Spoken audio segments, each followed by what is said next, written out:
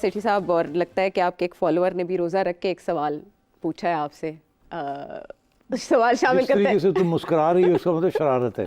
سمجھ آ گئی ہے. شرارت کا تو آپ کو سوال سن کے میں پتہ رؤوف چلے صاحب بیٹھے ہیں نا، دیکھ رہے ہیں نا. جی جی، شرارت تم کرنے والی ہو. لوگوں کو انٹرسٹ پیدا ہو جائے گا رؤوف صاحب کون ہے، پتہ لگاؤ کون ہے رؤوف صاحب. عدیل صاحب لاہور میں کیا جاننا چاہ رہے ہیں؟ ہر 3 سال بعد ہمارے ملک میں ایک پرابلم بن جاتی ہے جی کہ آرمی چیف کی ایکسٹینشن ہونی چاہیے نہیں ہونی چاہیے. تو اس کا مستقل حل نہیں ہونا چاہیے کہ ایکسٹینشن کو ختم کر کے تو تعیناتی کی مدت ہی 4 سال یا 5 سال کر دی جائے.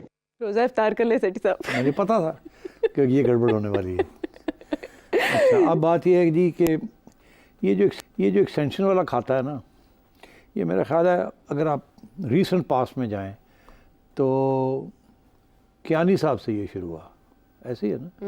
انہوں نے یوسف رضا گیلانی صاحب کو کہا کہ مجھے ایکسٹینشن چاہیے.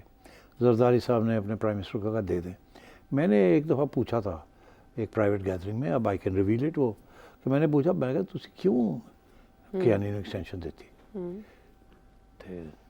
ہنس کے کہنے لگے وہ اگر دوسری باری مانگتے تو وہ بھی دے دینی تھی. ہاؤ سویٹ، یار ہاؤ جینرس. ہاں، میں کہ مارے گئے اگر حالات میں تھے. پھر تو اب بات یہ ہے کہ ہمیشہ گڑبڑ شروع ہو جاتی ہے اس سٹیج پہ جب یہ ایکسٹینشن کی باری آتی ہے. کیانی صاحب سے لے کے آج تک یہی ایشو رہا ہے. میں آپ کو تھوڑی سی تاریخ بتاتا ہوں. کیانی صاحب نے ڈی اسٹیبلائز کیا اور اپنی ایکسٹینشن لے لی. اچھا، 2 طریقے سے ڈی اسٹیبلائز کیا. پہلے تو آپ کو یاد ہوگا کہ انہوں نے مشرف سے پاور لے لی، مشرف صاحب کو فارغ کر دیا. ایسے ہی ہوا نا، لائرز موومنٹ کرا کرو کے اس کے پیچھے ہے. اس کے بعد وہ جو کیری لوگر بل کے اوپر، ٹھیک ہے، وہ لڑائی جھگڑا کرا کے اور قریشی صاحب کو بھگایا کہ یہ ہو گیا وہ ہو گیا اور پرابلمس کریٹ کر دیے. ٹھیک ہے، تو جلدی سے ایکسٹینشن مل گئی پی آر این او. ہاں، ڈیفیوز ہو. اچھا، اس کے بعد کیا ہوا؟ کون آیا اس کے بعد؟ راحیل شریف. راحیل شریف. آپ کو پتہ ہے راحیل شریف صاحب بھی ایکسٹینشن مانگ رہے تھے. بالکل، عرفان صدیقی صاحب لکھ کے تھک گئے، انہوں نے قلم توڑ دیا اس پہ. پھر وہ جب نواز شریف صاحب نے کہا نہیں سوری، تو پھر آخری سٹیج تک بھی میں آپ کو بتاؤں میسنجرز بھیجے راحیل شریف صاحب نے، لوگ بھیجے نواز شریف صاحب کہ ایکسٹینشن دو. انہوں نے کہا نہیں دینی. آپ کو پتا اس وقت پھر یہ عمران خان کا کھاتا کھلا ہوا تھا. جی جی، اور اس وقت دھرنے اور D G I S I کون تھے؟ جی جی بالکل، یاد ہے سب کو ازبر ہے. تو وہ پھر سارا کچھ ہوا اور میاں صاحب نہیں ڈٹے رہے، نہیں دی. تو ایکسٹینشن کے اوپر گیم چلی نا. اچھا، اس کے بعد راحیل شریف صاحب چلے گئے تو کون آیا؟ راحیل شریف صاحب کے بعد وہ ہمارے مشہور زمانہ باجوہ صاحب. تو باجوہ صاحب کی بھی ایکسٹینشن کے وقت گیم چلی. ہاں بالکل چلی. وہ تو تازہ ہے نا ابھی. ہاں، وہ ایک گیم چلی، اس کے بعد ایک اور مانگ رہے تھے. آخری سٹیج پہ اصلی گیم تو سیکنڈ ایکسٹینشن کے اوپر ہوئی. پہلی ایکسٹینشن تو انہوں نے ٹھاٹھو کر کے لے لی نا، اس پہ حکومتیں زیر و زبر ہو گئی تھی. انہوں نے بڑی گیم کھیلی کہ عمران خان تو تیار ہو گیا تھا دینے کے لیے، کیونکہ اس کے ساتھ جنرل فیض کا بنتی تھی آگے جا کے. تو اگر وہ ایکسٹینشن نہ دیتے تو پھر جنرل فیض کو نہیں ملنی تھی. تو اب اس کے بعد جب سیکنڈ ایکسٹینشن کی باری آئی تو آپ نے دیکھا کیا ہوا، کبھی ادھر کبھی ادھر، اور ووٹ آف نو کانفیڈنس چل رہا تھا، ادھر نیگوسیشن ہو رہی تھی کہ مجھے ایکسٹینشن دے اینڈ سو آن. تو مطلب یہ ہے کہ ایکسٹینشن کا جو ایشو ہے نا، وہ ہمیشہ پولیٹیکل انسٹیبلٹی کریٹ کرتا ہے، کیونکہ جو گورنمنٹ بیٹھی ہوتی ہے نا اس کو ہلا دیتا ہے وہ.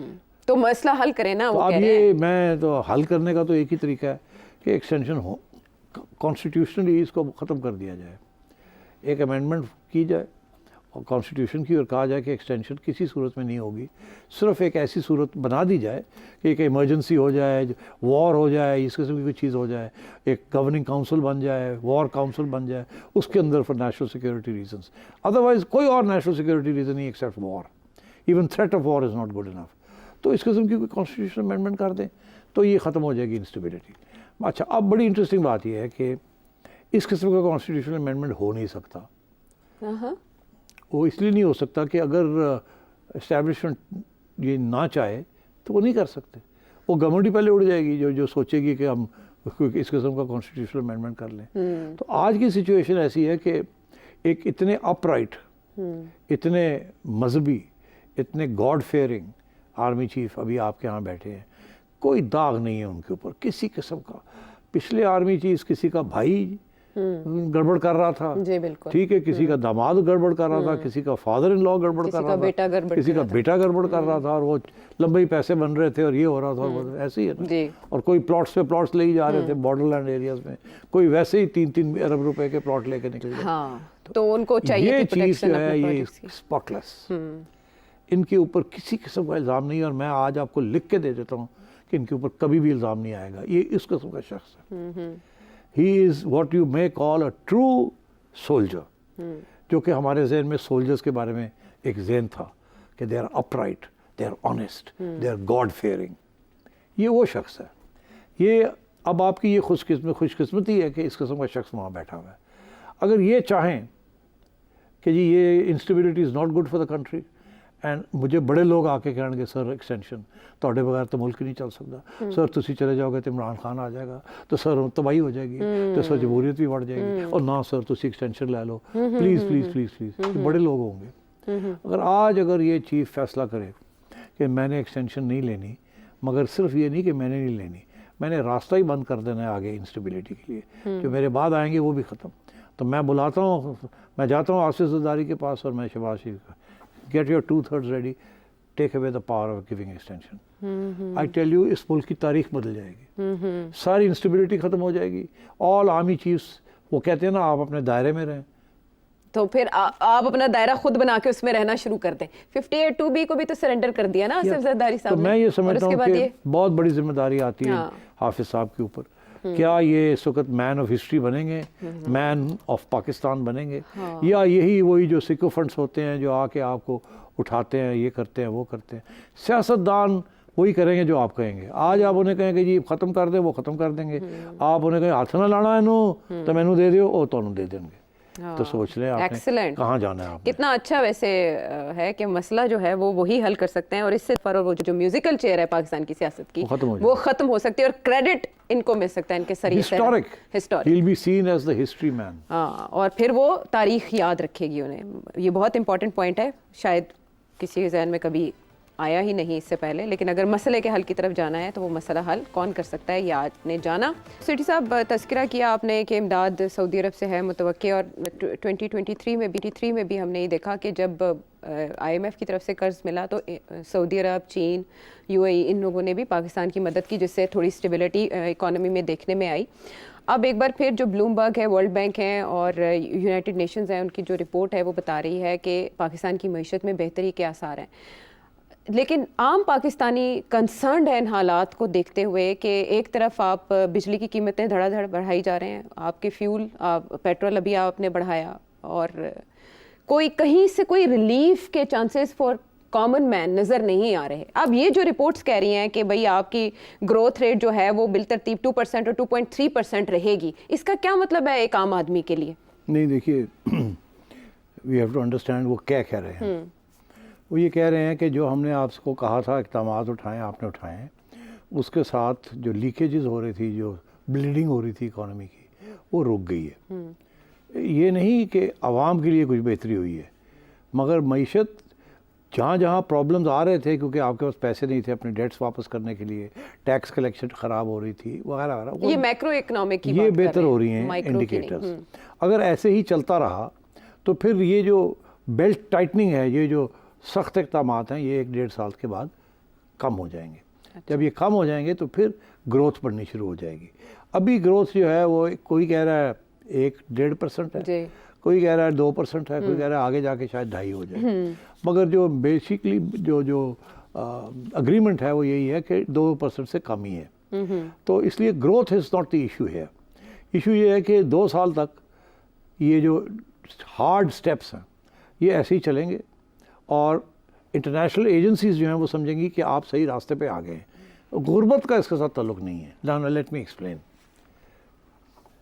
یہ قرضوں کے ساتھ اس کا تعلق ہے, انفلیشن کے ساتھ, مہنگائی کے ساتھ اس کا تعلق ہے. مگر کیا کہ پاکستان کے اندر غربت کم ہو جائے گی کیونکہ تھوڑی سی بہتری آ رہی ہے؟ نہیں.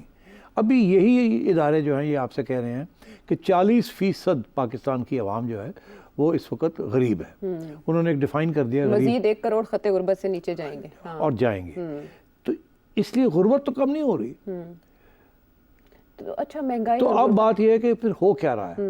ایک طرف تو آپ کہہ رہے ہیں غربت کم نہیں ہو رہی، دوسری طرف آپ یہ کہہ رہے ہیں کہ اگلے 2 سال تک کچھ بہتری آئے گی، مہنگائی کم ہو جائے گی. اس میں کوئی شک نہیں ہے مہنگائی کم ہو جائے گی، مگر کیا غربت بھی کم ہو جائے گی؟ نہیں، ضروری نہیں ہے.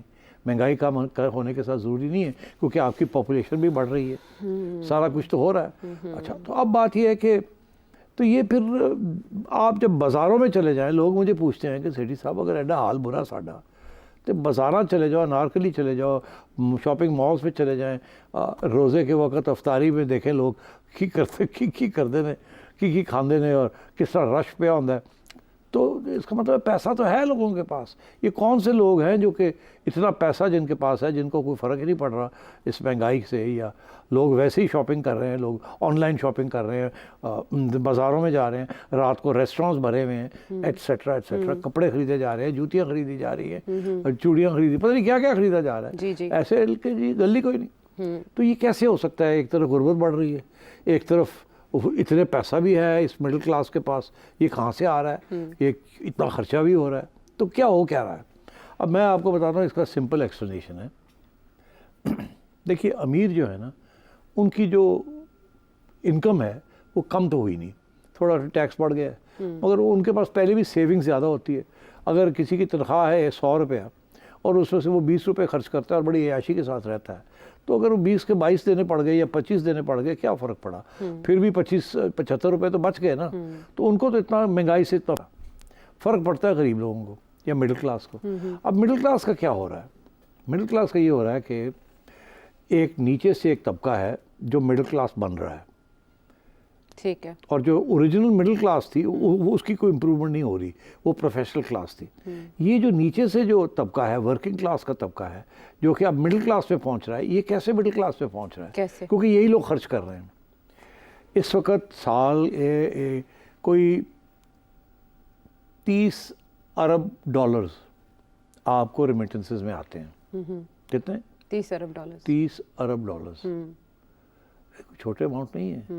30 ارب ڈالر جو ہے آپ کے ورکنگ کلاس کے پاکستانیز جو کہ سعودی عربیہ میں ہیں، قطر میں ہیں، بحرین میں ہیں، یو اے ای میں ہیں، کوئی ڈرائیور ہے، کوئی وہ پیسے واپس بھیج رہے ہیں. ٹھیک ہے، ان کے خاندان یہاں ہیں، وہ غریب لوگ تھے، ان کو جب یہ پیسے یہاں آتے ہیں تو وہ پھر پیسے خرچ کرتے ہیں.